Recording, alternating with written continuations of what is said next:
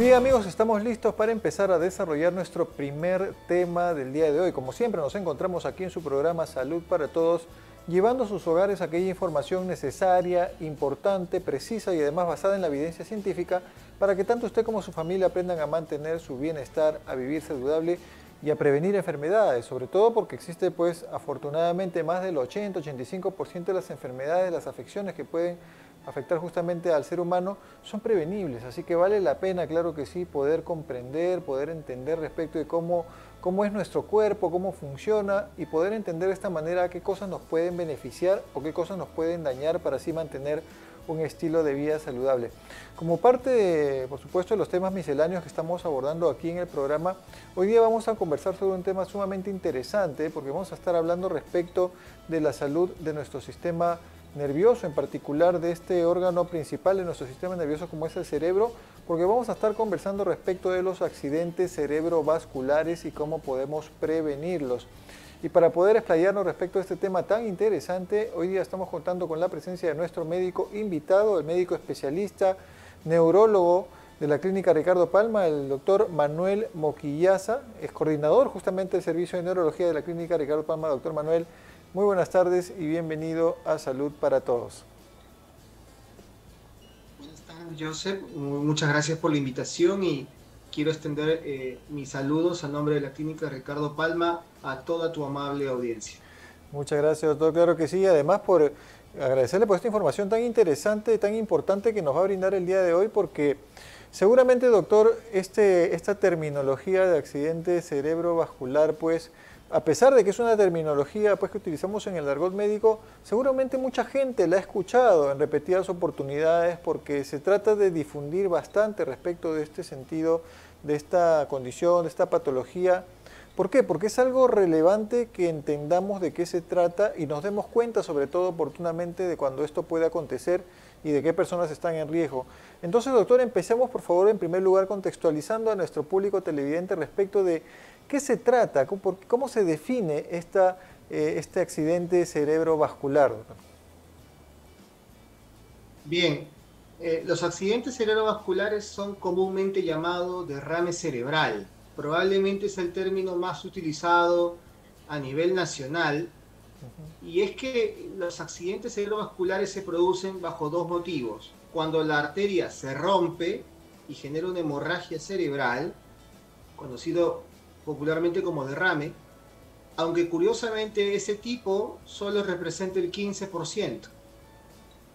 Y el 85% de los accidentes cerebrovasculares, la arteria se tapa, generando pobre irrigación cerebral a una zona específica, que puede ser el compromiso de la visión, del habla, de la motricidad o fuerza muscular.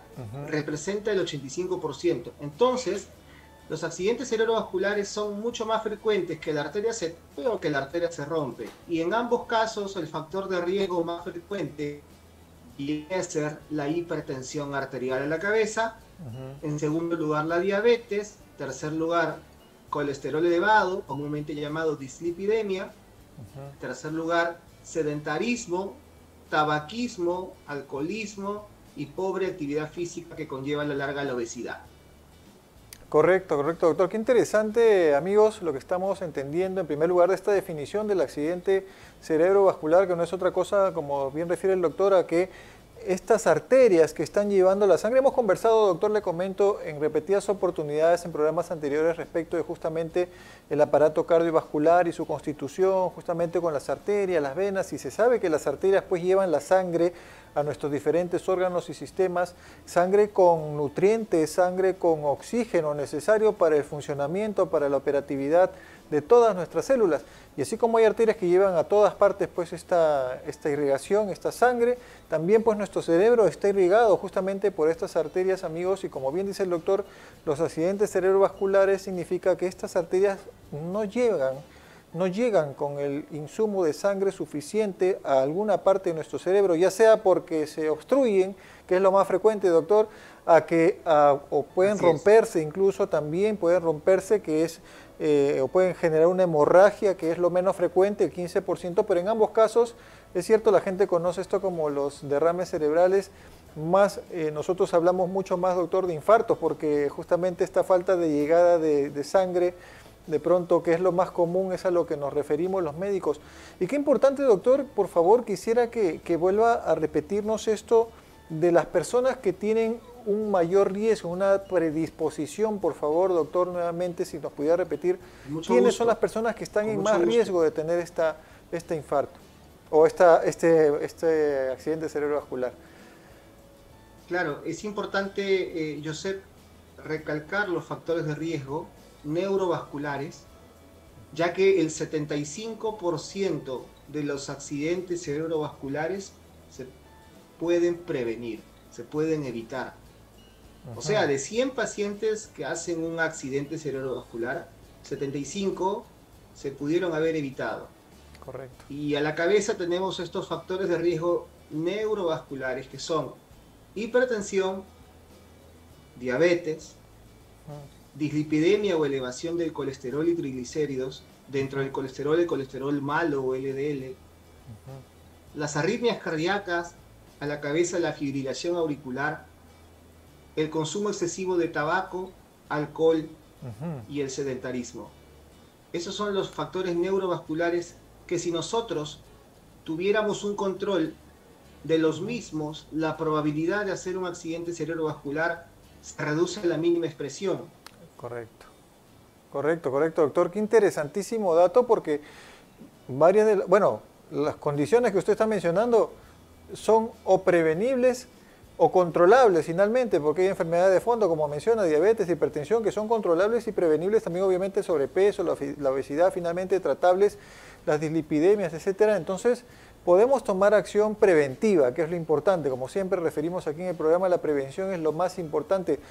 Doctor, obviamente como esta falta de llegada de sangre a una parte de nuestro cerebro, o el derrame de sangre que obviamente debió haber llegado a una parte de nuestro cerebro, pues se está suscitando en este accidente cerebrovascular, pues obviamente conlleva una serie de síntomas y signos. Algunos ya los estaba mencionando al momento hace unos momentos. Por favor, para que nos comente si es que esto tiene estas manifestaciones, qué tipo de manifestaciones y en qué momento se presentarían de este cuadro. ¿Es algo que pasa de un momento a otro bruscamente? ¿Es algo que ocurre de manera progresiva? ¿Cómo es, doctor, este proceso?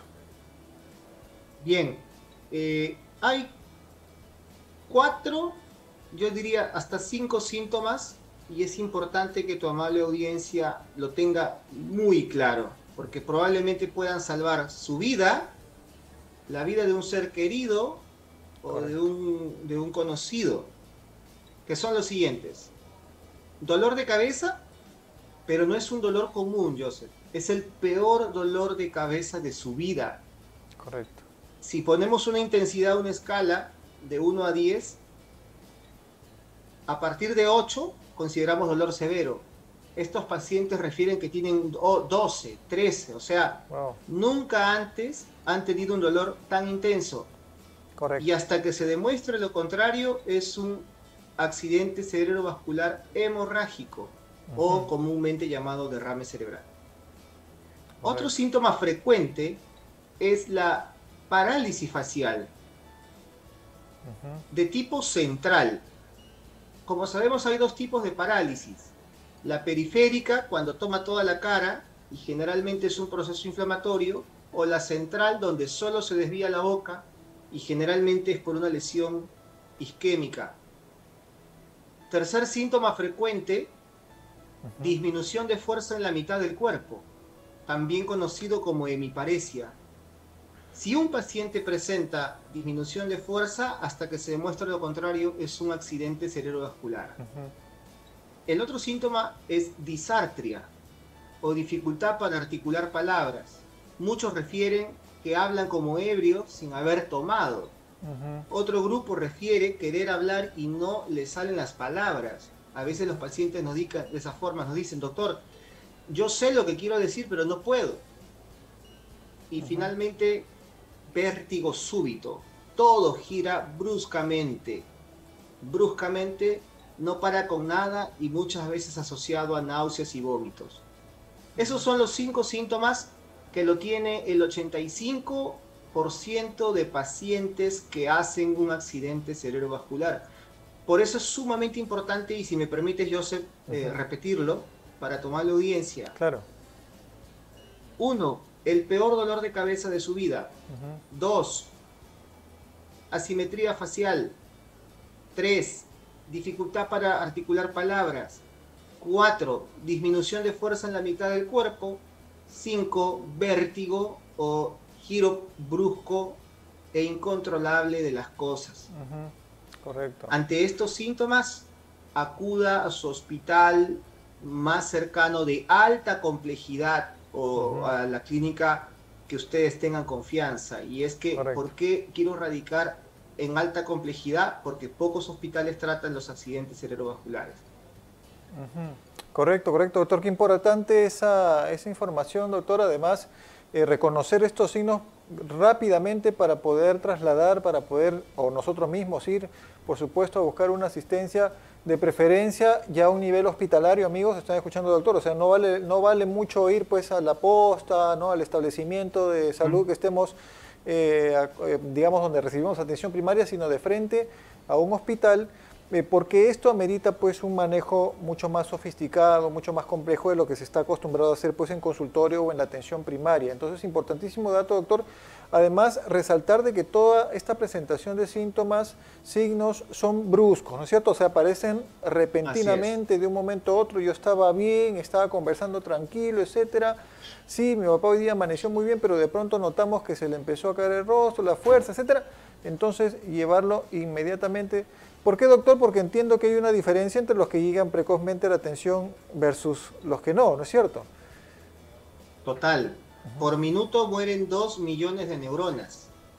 O sea, un paciente que llega a la emergencia con 30 minutos de evolución tiene mejor pronóstico y mejor calidad de vida. Aquel paciente que llega con 2 horas o con 8, hasta 24 horas podríamos comprometernos a revertir el infarto o la hemorragia dependiendo cuán rápido llegue. Correcto, correcto, correcto. Entonces vale la pena, amigos, llegar oportunamente, prontamente ante la aparición de cualquiera de estos signos, y más aún, si se tienen los factores de riesgo que ya los hemos comentado, volar inmediatamente a la asistencia de emergencia y, por supuesto, de un hospital o una clínica que tenga pues la capacidad de resolver este tipo de casos más complejos. Alta complejidad, y yo sé porque este problema es tan importante y tan agresivo como lo es un infarto de corazón. Entonces, los infartos de corazón no se tratan en una posta o un policlínico. Todos son derivados a los hospitales de alta complejidad, ya sea MINSA o de salud, donde sí tienen capacidad resolutiva. Muchas veces, y nos ha pasado, el paciente dice: doctor, llego después de 12 horas, pero hace 10 horas yo estuve en la posta médica, y luego me transfirieron al policlínico, y luego al hospital, y luego recién he llegado acá. Entonces, se pierde mucho tiempo. Exactamente, exactamente. A tomar entonces nuestras previsiones. Doctor Moquillaza, muchísimas gracias por su participación y presencia aquí en el programa y por esta información tan valiosa que ha brindado a nuestro público televidente. Por supuesto que vamos a estar invitando en repetidas oportunidades para que nos comente temas relacionados con su especialidad. Muchísimas gracias y muy buenas tardes. Encantado, Joseph. Finalmente quiero pedirle a la población nos acompañe este 29 de octubre, este sábado, es el Día Mundial de la Lucha contra el ACV. Esperamos que la difusión de esta entrevista sea masiva, cuenta con nosotros para una próxima oportunidad. Y cualquier cosa, somos un equipo multidisciplinario que estamos las 24/7 en la emergencia de la Clínica Ricardo Palma a servirles. Gracias. Muchísimas gracias, doctor. Muy buen dato. Y bueno, este sábado, entonces, ya lo saben, a celebrar el día contra los accidentes cerebrovasculares, su prevención y la atención oportuna. Amigos, volvemos después del corte comercial. No se muevan, porque tengo mucha información de salud más que brindarles a ustedes.